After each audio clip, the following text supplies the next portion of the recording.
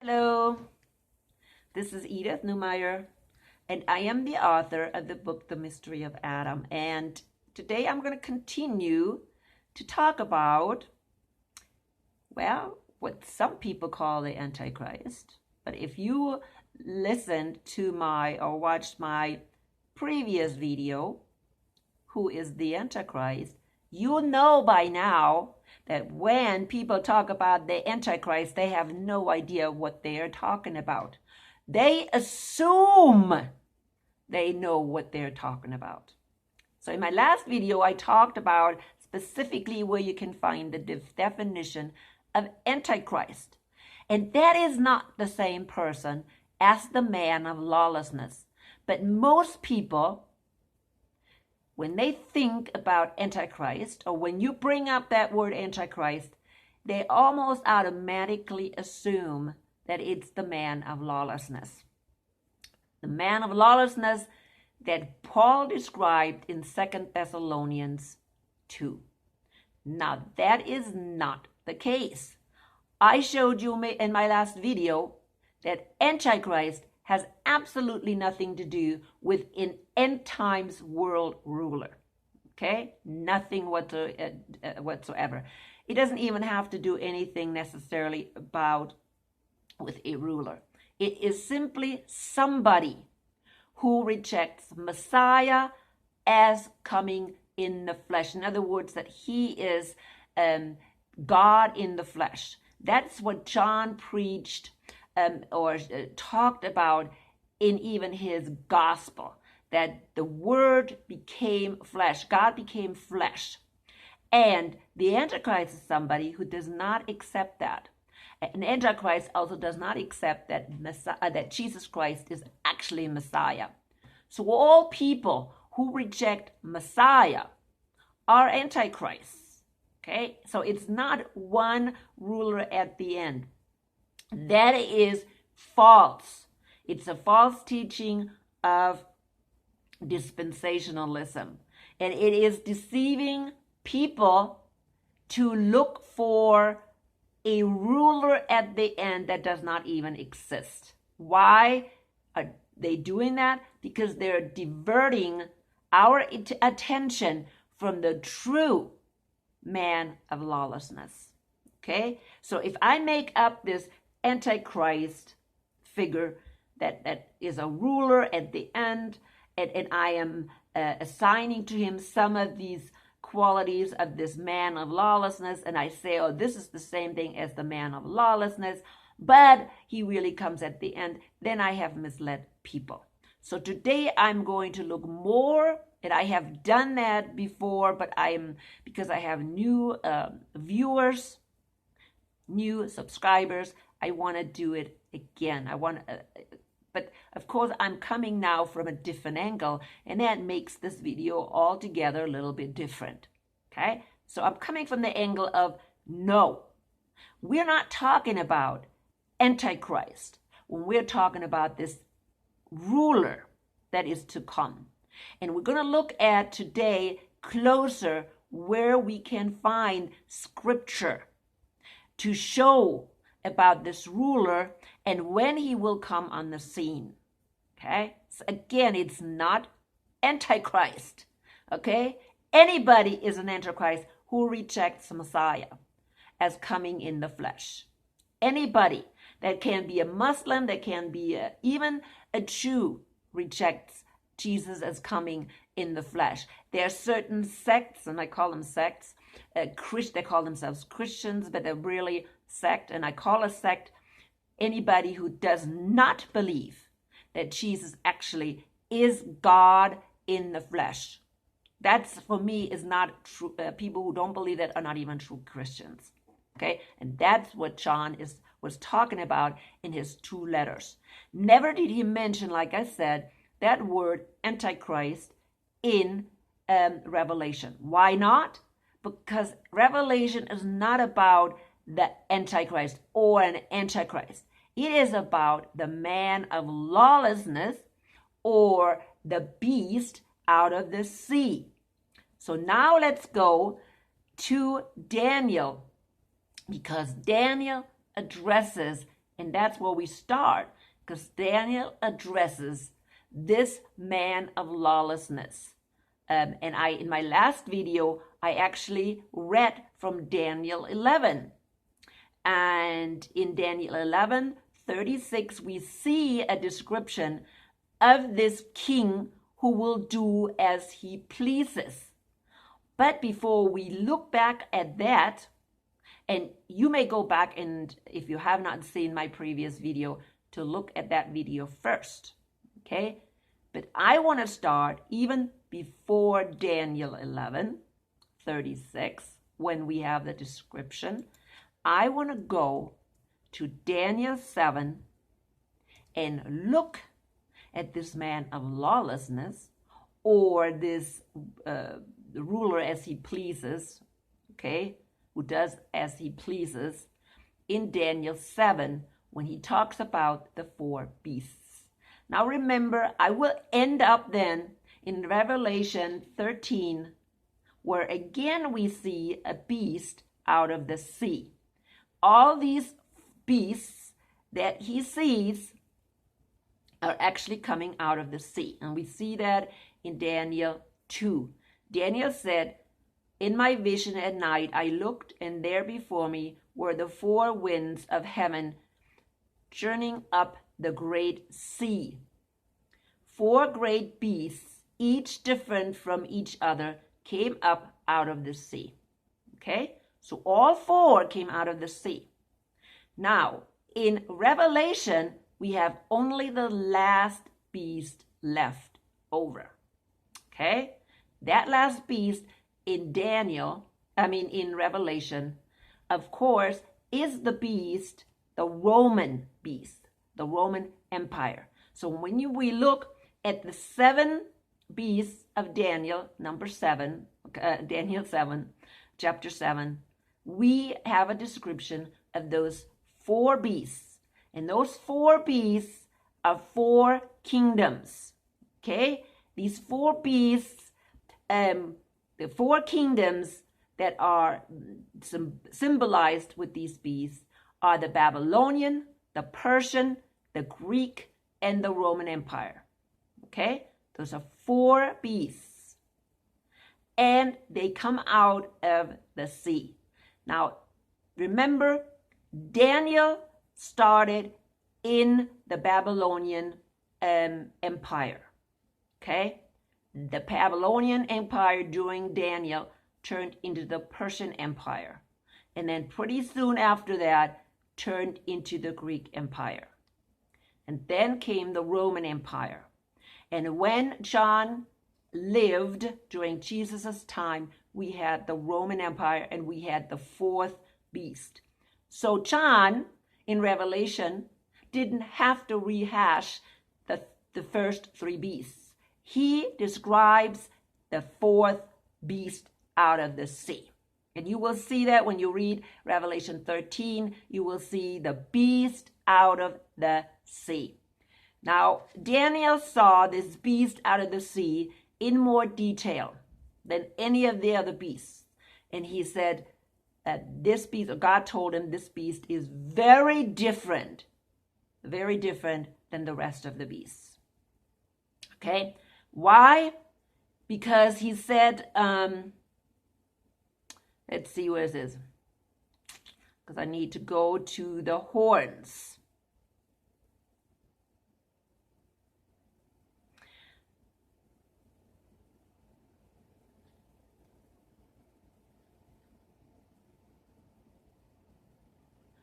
So here it says, he gave me this explanation. The 4th beast is a 4th kingdom that will appear on earth. It will be different from all the other kingdoms and will devour the whole earth, trampling it down and crushing it. The 10 horns, because he talks about there are 10 horns coming out of the beast. Okay? So this is the explanation. And prior to these verses, he talks about the 10 horns that are coming out of the beast. And then there's a little horn, a really strange horn, because it had eyes. Okay, it was a little horn. It's called the little horn, of course, of Daniel. And that little horn was very, very different. Okay? Now, before I continue, I need to tell you what these beasts symbolize. Okay? I already said they're symbolizing Babylonian, Greek, Persian, Roman Empire. Empires. They are political systems. Okay? Horns that come out of the fourth beast are not total empires. They are smaller. Okay? They are not like world empires like the Roman empires, but they are yet another kingdom. Some of them even are called empires, but they are really smaller empires. So there's smaller empires coming out of the beast that keep the beast alive. And then there's a little horn coming out. And now we're going to hear about what's going on with these horns and that little beast, that little horn. Okay? So please understand that, because that is so important and some people just don't understand what beast really means. Beast is a political system. Okay? It's not a religious system. So when you hear about the beast out of the earth, it is a political system. And it is part of this last beast, but we're not going there right now. So we're sticking with this beast out of the sea, the fourth beast that has the 10 horns, and then the little horn coming up in the middle. Okay? Now the little horn is special. Why is it special? Because it has a different function. It's a little kingdom, or a little kingdom. It's not a very large kingdom, but it has a different function yet. It is more than a kingdom. So let's look at that. So he gave this explanation. The fourth beast will appear on earth. It will be different from all other kingdoms, and it will devour the whole earth, trampling it down, crushing it. The 10 horns are 10 kings. Okay, now remember, who will come from this kingdom. Okay, again, kingdom here is the Roman Empire. Okay, and these 10 kings will come from this Roman Empire. But that's not just one king. This one king is symbolic for the whole kingdom. Every horn is a kingdom. And those are the European kingdoms that came out of the Roman Empire or replaced the Roman Empire. Now, if you don't understand about history, you need to crack history books and see a little bit to understand a little bit about history. Okay? Rome fell to the Germanic tribes that came in and took over. And those are the 10 kingdoms. Okay? Look at history. So the European kingdoms that replaced the Roman Empire are here what they're talking about. After them, another king will arise, different from the earliest ones. He will subdue 3 kings. That means 3 horns will be destroyed. So he will speak against the Most High and oppress the holy people and try to change the set times and laws. Okay, what did we talk? In my last video about the ruler to come. Well, this is exactly who this person is. It's talking about the little horn. The little horn is different, but the little horn already subdued 3 kingdoms that were larger than it. Why? Because this little horn is different. It is a kingdom, a small kingdom, but it is also a religious system called, you should know, the Papacy. Papacy came out of the Roman Empire. Matter of fact, Papacy kept the Roman Empire alive for the sake of continuing the Catholic Church. Pope is the name that was given, or actually the emperor gave to themselves. They put themselves on top of the church, the Catholic Church, before the Roman Empire fell. It wasn't the Bishop of Rome who had that position as Pope. It was Constantine and the emperors, the following emperors, that had that name Pope. When the Roman Empire fell, that name went to the Bishop of Rome, and he kept that name for himself, and he made sure, okay, that this Roman Empire was kept alive by these European kingdoms. You can learn that in history if you just learn a little bit about history. So this little horn is what? It is papacy. Now let's continue to read about it. After them another king will arise, different from the earlier ones. He will subdue 3 kings. He will speak against the Most High. Okay? He will oppress his holy people. Those are the saints. That's the true believers. And try to change the set times and the laws. What set times did he change? What pope changed the calendar? It was Gregory. We are right now have the Gregorian calendar. And Gregory changed times and the laws. What laws did he change? Well, for one thing, he changed Sunday. Sunday, he made the last day of the week. Okay? The last day of the week is what? Sabbath. But the popes made Sunday the last day. Why?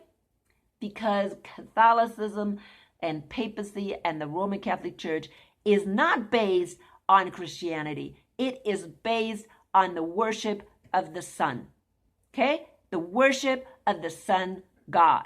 All they did is put a facade over Christianity or Christian things and a mask over everything pagan, and called it a Christian name. Like, for instance, Sunday. Okay, this is now the last day of the week and the day of the worship.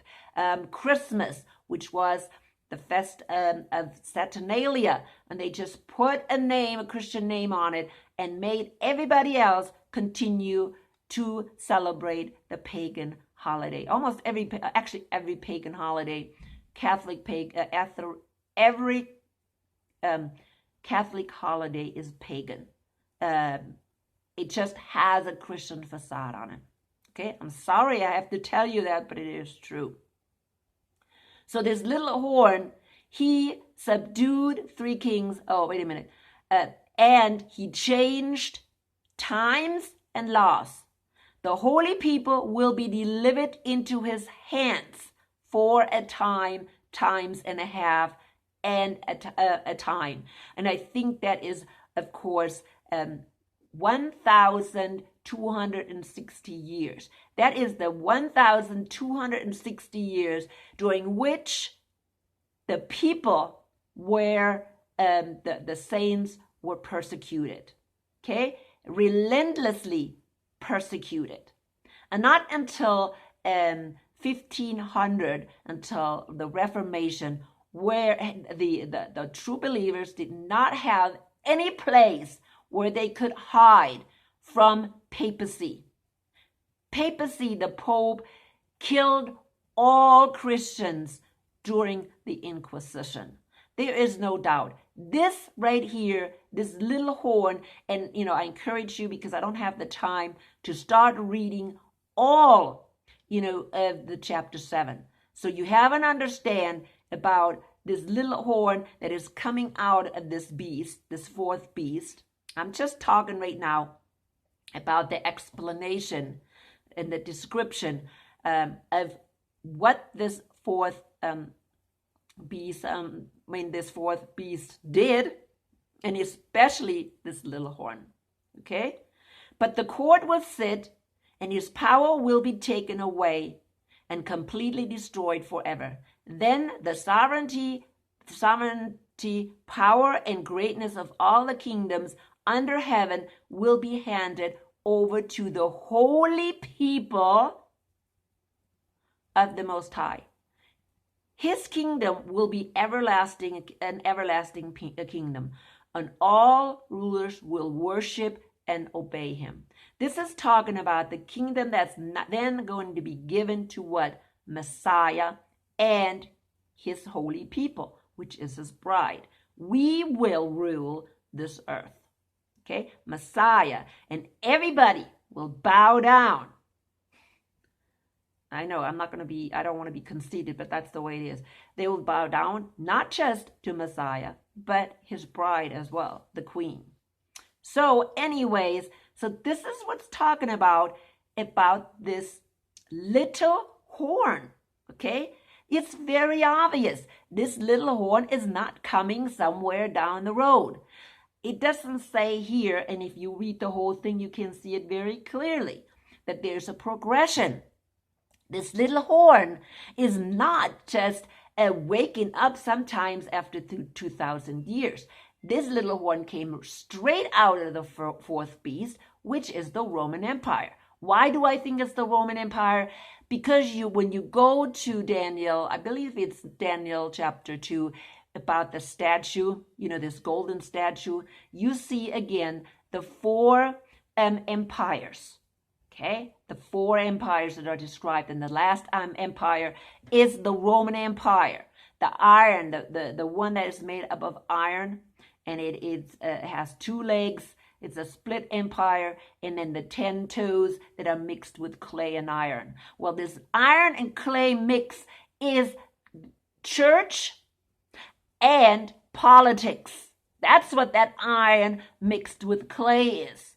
People are guessing. Okay, what can this iron? Okay, yeah, well, iron, of course, is the strength of the Roman Empire. That's political. That's military strength. Okay, conquering strength. Now, this little horn is just a little empire. It doesn't have very much strength, and it doesn't have a not very big military. So this little horn depends on the other horns, the big horns, to work for it and to conquer the world for it. Now, do again your historical studies and see what happened with the Catholic Church. Catholic Church ruled over everybody, and the kings did the dirty work for the Catholic Church. Look what Spain did. They conquered the world, but behind them was always the Pope that reaped the benefit, because everybody became a Catholic when they went someplace, and the Pope reaped the benefit and received a lot of the money that was conquered. Papacy was behind every empire, every kingdom in Europe, and was really controlling it. You need to do your studies. What the Roman Catholic Church did, or Papacy did. I'm not going to go against any Catholics. I grew up Catholic. My family is Catholic. I don't go against the Catholic people. They are just deceived, and that is pretty sad in itself. So, but they have to make their own decision whether they want to come out of her, okay, or if they want to be staying in something that is really not really Christian. Okay, we see in 2 Thessalonians again the same man of lawlessness. Now, why lawlessness? Well, look what we just read, that he changed the laws and the times. It says he changed the set times and the laws. Okay, there's probably a lot more that he changed that I have not mentioned. I don't have the time to go into. You can do your research to see all the things that papacy changed and is still changing, and how papacy still is meddling in the affairs and in the politics of this world. Matter of fact, also the United States. So you're going to have to do your own research, because this is going to be a short video. I will do more videos to just show you and maybe give you references where you can go to find more information about Roman Catholic Church. Actually, here's one. Joggler66 on YouTube has a lot of information about the Roman Catholic Church. So you can go there. He reads a lot of books that really help you understand what's going on. But let's continue, because I am not even finished with this whole thing. So this little horn out of this beast, right, comes out of this beast, ruled everybody. Now we will see that in another place, okay, that this little horn actually ruled the rest, of the people, or of the other horns. And it could be that it was in the previous one. Let's see.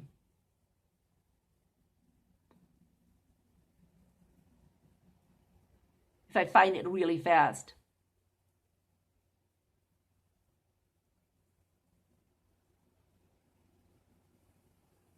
Okay, I don't see it here.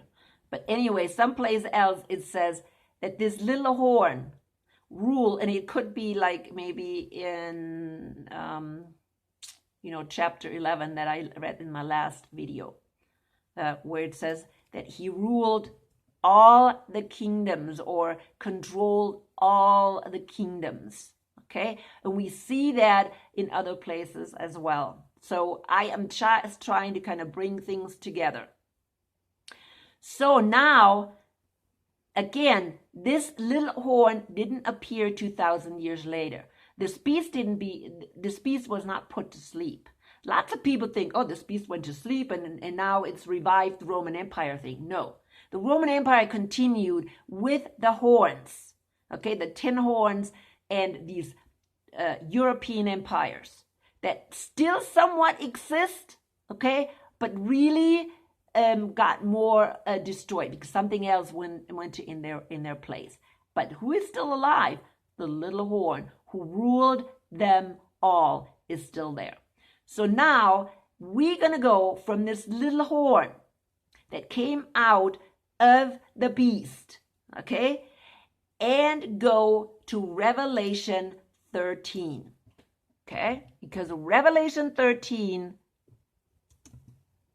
well, it's actually not even Revelation 13. Let's put Revelation 17, because that's where we actually talk about this little horn.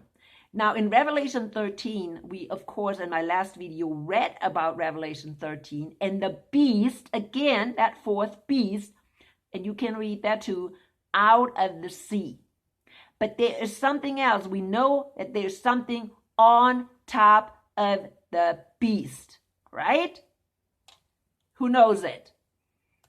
I think everybody knows now that there's something else on top of that beast of what? Revelation 13. Well, it is the prostitute. It's the prostitute, okay? Or Babylon the Great, okay? So make a connection between this little horn, okay? This little horn and the prostitute that's sitting on it. Now, when we read Revelation 13, John did not see the horse sitting on the beast. He just saw the beast overall, okay?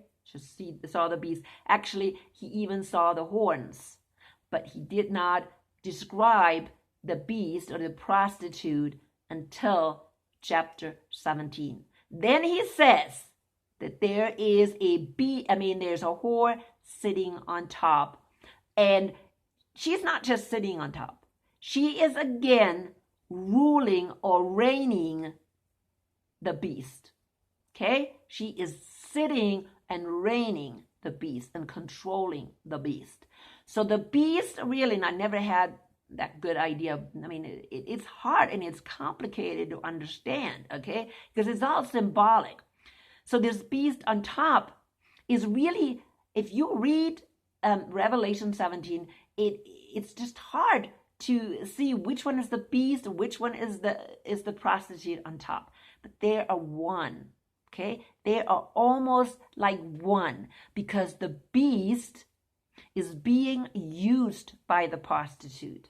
Okay, the beast, which are also these 10 horns and also this whole political system, right? You know, peace is always political system, right?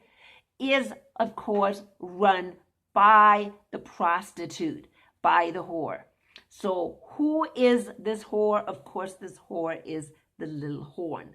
So now we can understand more why it is a religious system and not necessarily a political system. It's a combination of both, political and religious. Just like the feet on the statue are mixed iron and clay. Mixed iron and clay. Okay? So the clay is meddling with the politics, but has most of the power. So this Babylon, the great on top of the beast, is the little horn. And it is also the man of lawlessness. Now, when we read Revelation 13, the beast there is described very similar to the man of lawlessness. That's because it's very hard to take the two apart. Okay? Because on the beast, you can't separate the beast and the little horn. You can't separate the beast and the prostitute. Okay? Because they are one and the same. Now, you can cut the horn off and, I don't know if the beast will, continue to live. Probably not, because it's really, it's kind of very difficult. But anyways, so let's read what it says here about the prostitute. And that's why we know it's a religious system. Okay? Babylon the Great is a religious system. And so is the little horn. Okay? Why? Because it's a whore. And a woman is a church. We know that the church, the real church, is a woman. Okay? She is symbolized as a woman, as the bride of Christ. Well, the false church is a whore. Okay? Because she whores with false gods and commits idolatry. That's the false church. Okay? Now, lots of people belong to this false church or whore. When we do a study, and you can read The Two Babylons by Hislop. It's a very old book, but it gives you really good information, and he traces this historical account of Babylon the Great all the way back to Nimrod, okay, and the religion he created, like the Tower of Babel, okay, and the religion they created almost right after the flood, which goes back to Nimrod and his wife/mother, Semiramis, I think that's how it's called. So do some research on that. And there's other books too that you can do research about Babylon the Great. Babylon the Great is a religion that goes all the way back to Nimrod, okay? It's not created by the Roman Catholic Church. It's not created by Romans. It was passed down through every beast, okay? And really it was there during every beast, it was there. But it did not take charge, really, until the last beast, the Roman Empire, really fell. Then that little horn came out and took over the beast. Okay? I know it's very complicated, and you have to do some non-biblical research. All false religions base their origin back on that beast, including Judaism. Like, for instance, what is it? Kabbalah, okay, or Kabbalah, whatever you want to pronounce it, traces its origin back to Babylon the Great and the origin of this false religion. Okay, that whore, the mother of all harlots. So when you read, I don't have time.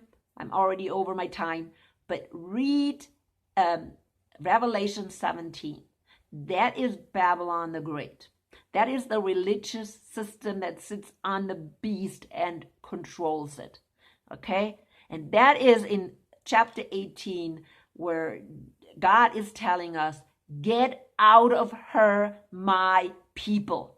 Anybody who is still in cahoots or in connection with Babylon the Great, those are all churches, all religions that are making deals with the Vatican, with the Pope today.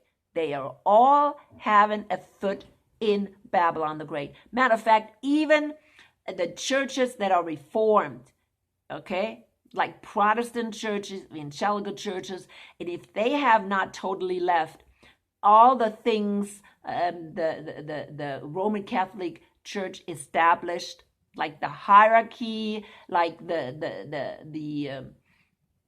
church, the church hierarchy, really the way the church is organized, then guess what? You still have a foot in Babylon the Great. That's the way it is. But I'm not going to talk about that today because that's another video. Just wanted to leave you with that.